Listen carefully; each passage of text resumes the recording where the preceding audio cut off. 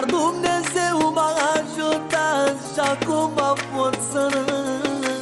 Am tras ca un nebun mereu, numai pentru familia mea, și n-am avut încredere în nimeni, că lumea este rea.